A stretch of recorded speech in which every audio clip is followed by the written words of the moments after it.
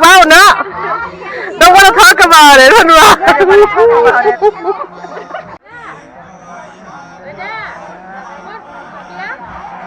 การพวนผ่าใจกีวรเป็นองค์เป็นบริวารมหากฐินยังบทเนวาคำถวายได้เลยบทเนอนุโมทนาอกตั้งใจ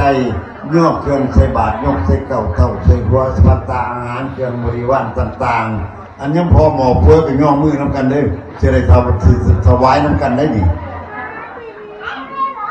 ต่อไปขอเสริมตั้งอกตั้งใจวาน้ำผู้ขายด้วยสังฆตังโหตุสาธุอิมานีมะยังพันเตบินดีปัตตานีพัตตานีมาตกาพัตตานีทิพะโภชนานีจาตุปัจจญานีสาปฏิวลานีภิกขุสังฆสาโอโนทิยามาสาธุโนพันเตภิกขุสังโฆอิมานิ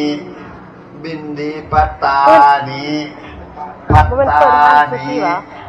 มาตกาพัตตานิทิพาโพธนานิจาตุปัจจยานิสาปฏิวลานิปาติคันหาตุอัมหากันเจวามาตาปิตุอะทินันจาญาตกานังทิขลตังอัตถายาหิตายาสุขายาญาวนิพานังโหตุพวกขน้อยทั้งหลายขอถวายอุทิศไปถึงท่านผู้มีคุณเป็นต้นว่าท่านพระภูกุลมพุทธวังโสท่านผู้เดียงและญาติมิตรทั้งหลายขอจงเป็นผู้ได้หาบและอนุโมทนายังส่วนบุญส่วนกุศลและผลสิ้นผลทานอันผู้ขาทั้งหลายได้อุทิศถึงแล้วในเวลาวันนี้ถ้าหากว่าพวกดังกล่าวมาแล้ว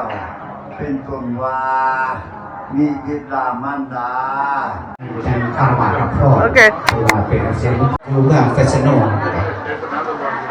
ดอยซาบันดาเนาะก็ไม่มีออกบุญจันทร์ดวงมาดาจากเมืองเฟสโนดีกว่าใจบริวารเป็นเมืองเป็นเสียมากร้อยสาวแท่งผัดใจนั่นเองเราเป็นจังไรแล้วก็สักผ้าบุญกระถิ่นคู่แมวคอนแก้วอิทธิสารตัวกับบุตรนากระถิ่นซ้อมลอยกันดากับแม่พันธุ์เป็นสุขแล้วโอเคองค์ที่หนึ่งที่เก้ามาแล้วองค์ที่สองเป็นสิไหไผ่และจันถวายเทียนองค์นั้นดังจากเทียนพุทธมนต์ก็เป็นอันเสร็จเวที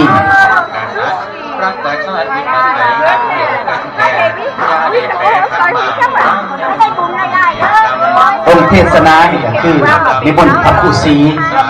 คนอาสา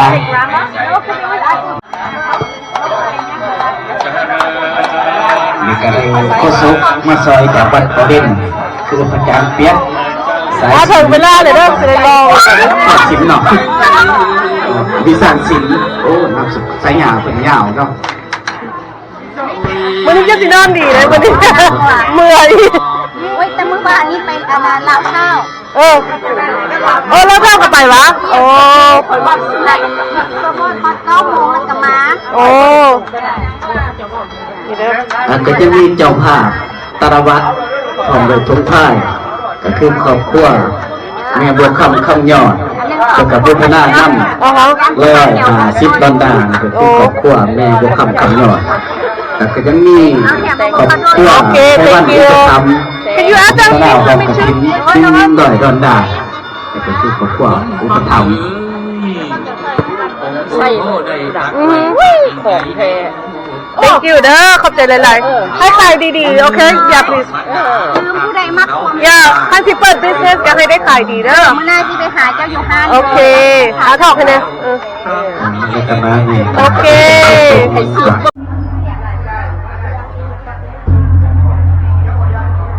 เปียกนะแล้วเจ้าภาพเขาเปียกก็มีเจ้าภาพเพ้อก็มีกันเลยโอ้ยเพิ่นปรุงแล้วเรียบร้อยเอามาเด้อบ่ได้ไปปรุงอีกเด้อคันงับปล่อยเงินอยู่ตั้งนอกตั้งหน้าจะไปรับประทานปรุงเองไหมอันนี้เพิ่นปรุงมาเพิ่นเรียบร้อยได้อบานนี้เนี่ยพอโยนตระพันเนี่ยพอโยนตระพันเนี่ยเม็ดขาวนี่ละเป็นเจ้าภาพเจ้าจ้าตัวหอมอันยังหมอเฟื่อไว้ลงเว้ยน้องซื้อหมอเฟื่อ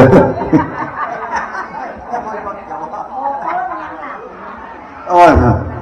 อันนั้นโอ้ยหมอเสือมาหาแจกอะไร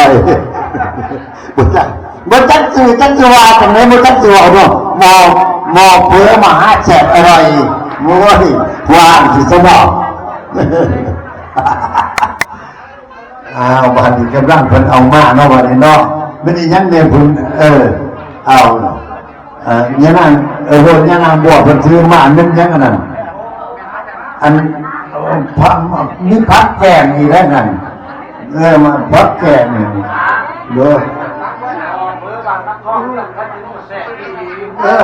หมอเผือเมืองคำทองหมอเผือบ้านคำทอง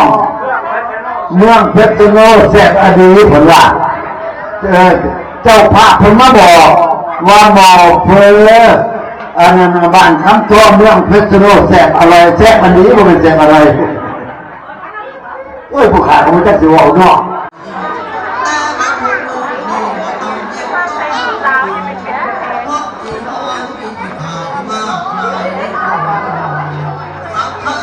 มุดลาย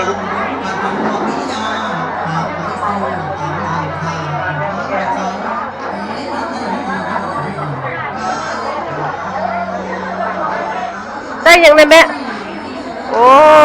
มีแต่เนื้อแซ่บๆเนาะยังไม่ได้น้ำหวานเจ้าได้ยังไงบ้างเลยมิสิมีแต่เนื้อแซ่บๆป้าที่เธอ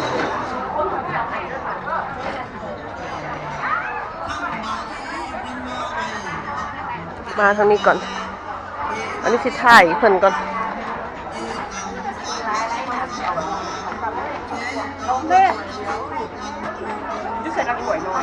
ไว้น้อยก็อยู่น้อยบนสวยอยู่ขอได้ขอบใจด้วยขอบใจด้วย มีเมิดอาหารเลย ไม่เท่ากันอันนี้ก็ด้วยเอามาดู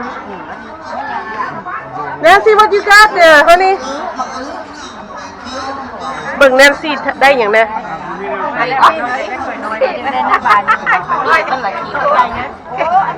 ได้อย่างไรไปเจ้าพันน้ำหวานของหวานอ๋อน้ำหวานไม่พอนได้เห็นนี่เนาะไม่บักขปุ้นก็แซ่บน้ำขปุ้นก็ได้อยู่ได้อันขนมเนาะ Is that all you gonna get? Is that all? Oh my goodness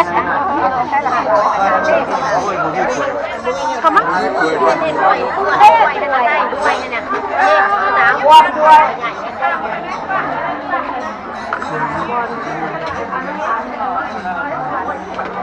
มาแถวนี้อันกินอาหารนี้แม่นเลอะ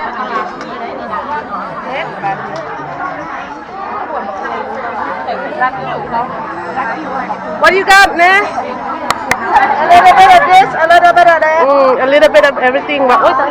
คุณสอนค่อยแหละเราทำแบบเป็นจะสะอ่อนเนาะเอาคนที่เดือดมาส่งคนเอาตัวที่เรา Thank you I'm gonna get out of here